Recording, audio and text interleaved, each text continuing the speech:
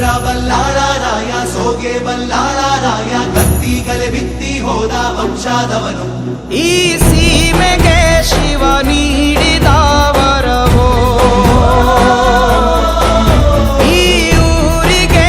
ಇವಾಲದ ಮರವೋ ಮೂರು ಸುತ್ತಿನ ಕ್ವಾಟೆ ಗಸ್ತಿಗೆ ನಿಂತ ಗರಡಿ ಮನೆ ನಾಯಕ 6,000 ದಂಡು ಬಂದರು ಬಿಡನು ಕಾವಲಿನ ಕಾಯಕ